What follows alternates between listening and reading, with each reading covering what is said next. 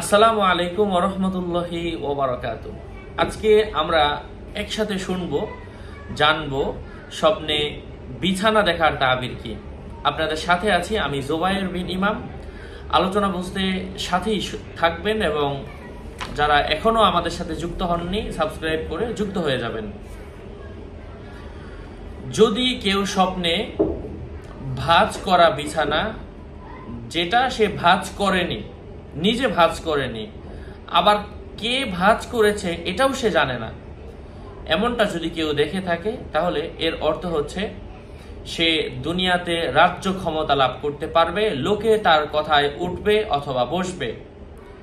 এমনিভাবে কেউ যদি তার বিছানা বাদশার দরজায় বিছানো আছে এমনটা দেখে তাহলে সে ক্ষমতা লাভ করবে।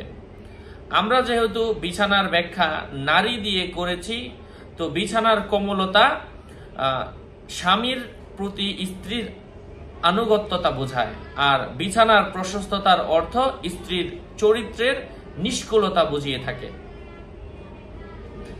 আর যদি নতুন বিছানা দেখতে পায় তাহলে এর তাবির হলো তার স্ত্রীর কুমারিত্ব বোঝাবে। আর যদি বিছানা রেশমি কাপড়ের হয় তাহলে তা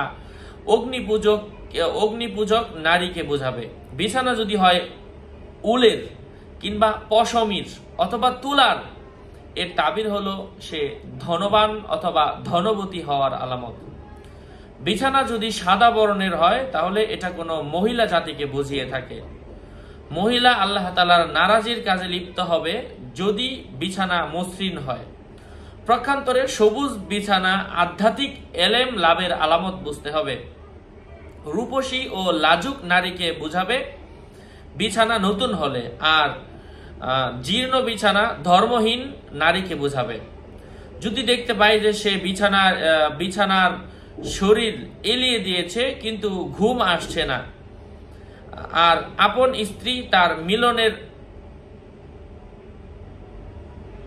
মিনতিকে উপেক্ষা করছে, এই অবস্থায় কেউ এসে তার বিছানা ছিঁড়ে ফেললো, এর তাবির হলো বুঝতে হবে স্ত্রীর পক্ষ থেকে প্রতারিত হওয়ার আলামত বুঝতে হবে।